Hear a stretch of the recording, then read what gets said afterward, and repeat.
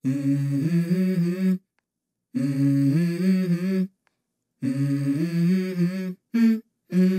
go. তো hey guys, আজকে চলে এসেছি কিন্তু আবারও একটা নতুন ভিডিও নিয়ে। তো আমি ফ্লিপকার্টে কিছুদিন আগে একটা জিনিস অর্ডার দিয়েছিলাম, সেটাই আজকে চলে এসেছে। এবার কি এসেছে সেটা তোমরা শুধু দেখো। এইদিকে আবার এরকম নড়বড় করছে। তো এর থেকে বের করি আসল বাক্সটা। প্রথমেই বলে রাখি, এটা আগে আনবক্স হয়ে গেছিলো, কারণ ওপেন বক্স ডেলিভারি ছিল। আর তোমাদের দেখানোর জন্য আমি আবার সেগুলো প্যাক করে আবার আনবক্স করছি।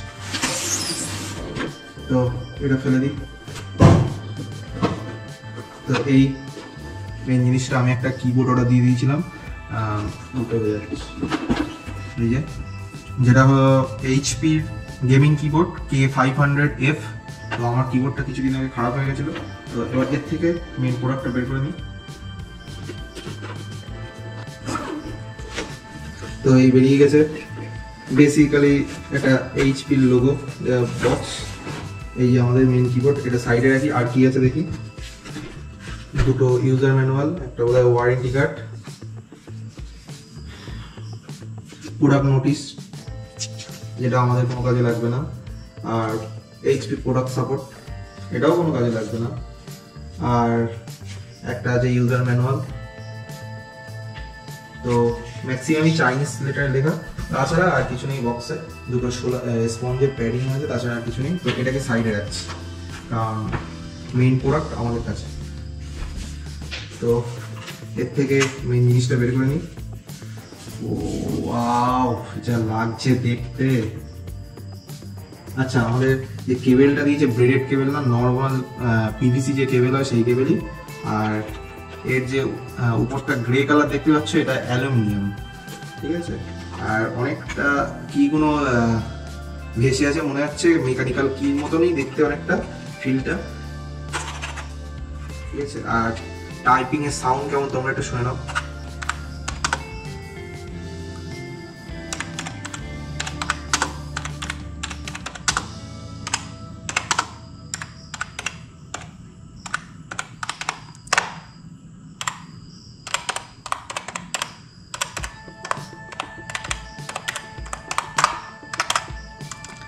কিগুলো সব স্টেবল আছে। আর এটা মেকানিক্যাল কিবোর্ড না, দেখতে হয়তো মেকানিক্যাল কিবোর্ড লাগছে, কিন্তু মেকানিক্যাল কিবোর্ড না, এটা হলো মেমব্রেন কিবোর্ড। আর কি টাইপিং ফিডব্যাকও মোটামুটি বেশ ভালোই লাগছে আমার। এর আগে যে কিবোর্ডটা ছিল, পাতি কিবোর্ড ছিল, সেই হিসাবে যথেষ্ট ভালো লাগছে। আর এটা কম্পিউটারের সাথে লাগিয়ে দেখি, তারপরে কেমন হয়েছে সেইটা বলছি, কেমন দেখতে লাগছে 8GB। আর আমার এটা প্রাইস পড়েছে 1200 টাকা। আমি ফ্লিপকার্ট থেকে পারচেস করেছি। অ্যামাজনেও সেম প্রাইস, কিন্তু অ্যামাজনে যে অপশানটা ছিল ওটা ছিল 7 ডে সার্ভিস সেন্টার রিপ্লেসমেন্ট। তো আর ফ্লিপকার্টে আমি পাচ্ছিলাম 7 ডে রিপ্লেসমেন্ট ফ্লিপকার্ট থেকে। তো 7 দিনের মধ্যে যদি আমার অ্যামাজনের থেকে যদি নিতাম, 7 দিনের মধ্যে কিছু হলে আমাকে সেই সার্ভিস সেন্টারে যেতে হতো। সেক্ষেত্রে ফ্লিপকার্টে যদি কিছু বেরোয় প্রোডাক্টে, আমি ফ্লিপকার্ট থেকে এক্সচেঞ্জ করে নেব। আর build quality, solid build quality, aluminium body, আর কি বলবো। তো এবার কম্পিউটার লাগাই, তারপরে তোমরা দেখো। তো এই কিবোর্ড লাগানো হয়ে গেছে। কিবোর্ড লাগানোর পরে ঠিক এইরকম লুক পাওয়া যাচ্ছে, তোমরা ক্যামেরায় দেখলেই বুঝতে পারবে। আমার তো বেশ ভালোই লেগেছে, ঠিক আছে। আর কোনো কালার চেঞ্জের অপশান আছে কিনা দেখছি। আচ্ছা, এইটা হলো ব্রাইটনেস ডাউনের অপশান। এই অফ হয়ে একদম ব্রাইটনেস কমে গেল। ফাংশন কি plus page up, page down. Page up করলে এই ফার্স্ট ব্রাইটনেস, সেকেন্ড, থার্ড, এইটা টপ।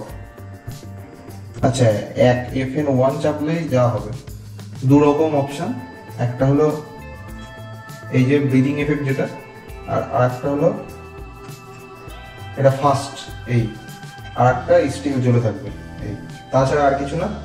আর এখানে আরেকটা অপশান ছিল এই FN প্লাস স্ক্রাল, এই অপশানে থাকলে এইচপি যে লোগোটা, এটাও জ্বলবে। তো ওভারঅল আমার বেশ ভালোই লেগেছে আমার কিবোর্ডটা, ঠিক আছে। আর অনেক ভিডিও দেখছিলাম নিচের পার্টের থেকে উপরের পার্টের ব্রাইটনেস কম, কিন্তু আমার তো ঠিকঠাকই লাগছে। আর লাইট অফ করে কেমন লাগে সেটাও একবার দেখিয়ে দিচ্ছি, ওয়েট। তো লাইট অফ করে ঠিক এরকমই দেখাচ্ছে আমার কিবোর্ডটা, বেশ ভালোই ব্রাইটনেস আছে। তো এখানেও লাইট অফ করে আর একবার এফেক্টগুলো দেখিয়ে দিই। এই একটা এফেক্ট,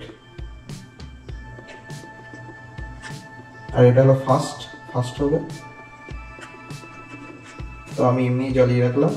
আর FN প্লাস এই অপশনটা চাপলে HP লোগোটা অফ হয়ে যাবে, কিন্তু আমি জ্বালিয়ে রাখি, আমার বেশ ভালোই লাগছে।